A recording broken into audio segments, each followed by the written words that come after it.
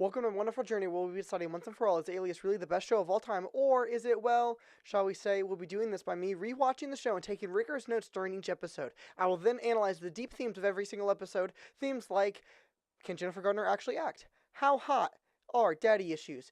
Is Daddy Warbucks ever actually going to sing? How animated does the show really get? Were the 2000s really that good? Let's jump into it. Episode 1, titled Truth Be Told, wastes no time getting into it, where Scarlett Johansson clearly got all of her inspiration for her Black Widow role. Speaking of hot and heavy, we get our very first kiss in under 5 minutes. And speaking of that, it's everybody's favorite early 2000s song that is a perfect embodiment of every single rom-com, Fill Me Up Buttercup. What a perfect sample. I can't believe that I heard it. It's so good. And just like that, we now know our very favorite hero, Sydney Bristow, is engaged. The tagline of the show, grad student by day, spy by night, really rings true. Before we know it, Sydney Bristow is on her way, getting briefed on her very first mission by the evil-looking weasel man. She gets briefed, and then she has to go on a quick, brisk jog. And all of a sudden, before we know it, at the crisp time of 13 minutes and 24 seconds, we see our very first shirtless boy. And man, Rocket Raccoon's really got a good set of abs on him.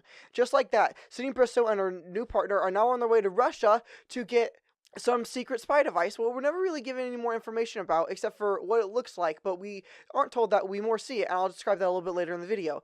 Sydney Bristow goes to take pictures of this thing, and while she's going to take pictures of this thing, her boyfriend, now fiance, who got very upset because he just recently learned about all of her spy activity, calls her while he's very drunk, and he starts leaving a voice message for her. This voice message is intercepted by, what? Her daddy?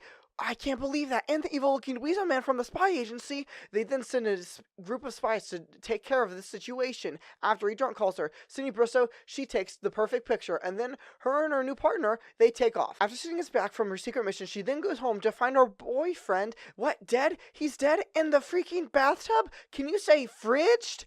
And just like that, she then has a very bad day. She goes to yell at Weasel for killing him, and Weasel essentially says, hey, you messed up and you told him your very darkest secret. It's all your fault. And then she gets mad. She walks outside to see that her car's been towed. She's so sad. Man, this day is straight dookie. She gets a new car, which is a nice new red truck, and it looks freaking sick as heck. She's in the parking garage, and then, oh no, she gets ambushed by two looking weird dudes. As they're fighting her, she starts on a run. This brings our total, at the end of this sequence, our total of butts kicked by Sydney Bristow to a total of 1. This is a number that I'm sure is to grow from seeing this episode during my rewatch, but man, 1 butt kicked so far is so very good. She then gets saved by her daddy. She's so mad at him. I hate that guy. He's so mean.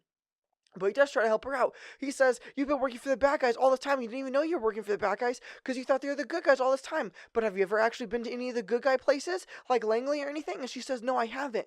And he said, I know, right? This is what you need to do to not have them try to kill you anymore. And she says, screw you, Dad. She then leaves to go get some more help from Rocket Raccoon, which really makes no sense. And just like that, she dyes her hair red to look exactly like Black Widow. Man, what a ripoff that character was. Stupid Scarlett Johansson. She flies back to the same installation that she had to climb into before, but this time she's all by herself. She has no backup and no partner. Sydney Bristow really sneaks in and she starts trying to fight, but then before you know it, she gets captured and she starts getting interrogated by the evil-looking mean man. The evil-looking mean man asks her lots of questions, and in the process of interrogating her, she does a very cool move where he asks her a question and she spells bite me backwards, and it's so very clever and good. It's a line that my sister thought was one of the most clever lines she'd ever heard of all time. The first time that she heard it, it's so good. Before we know it, Sydney breaks out and she kicks that dude's butt, bringing a running total of butts kicked by Sydney Bristow to 2. And then 2 more guards run in. Of course, that brings our number to a total of 4 butts kicked by Sydney Bristow, and we're not even done with the first episode yet. Sydney Bristow, she then runs and finds the secret device that she was looking for before,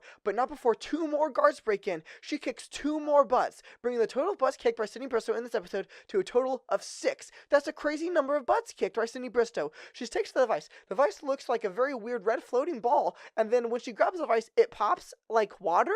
I don't really understand what this is, and it's never really explained, but she does take it back to the evil-looking weasel man, and she yells at him and says, I can't believe what you look at me do. Here you go, and you're evil and all this time? And then he gets very mad at her. Man, what an empowering moment for all womankind everywhere, and also, more importantly, for our favorite superstar, Sydney Bristow. Sydney Bristow then goes, and she sees Vaughn. Holy crap, have you seen how hot Vaughn is? What a 10. What a 10. I can't believe that it's this far into this show, and we haven't even seen that many hot guys. But man, Vaughn makes up for all of the lack of hot guys. She then gives Vaughn her written report of how she's been working for the bad guys all this time, and she volunteers to be a double agent. We're not told at the end of the first episode if she gets okay to be the double agent. She just goes to the gravestone of her ex-fiance, who's now dead, and she sees her daddy.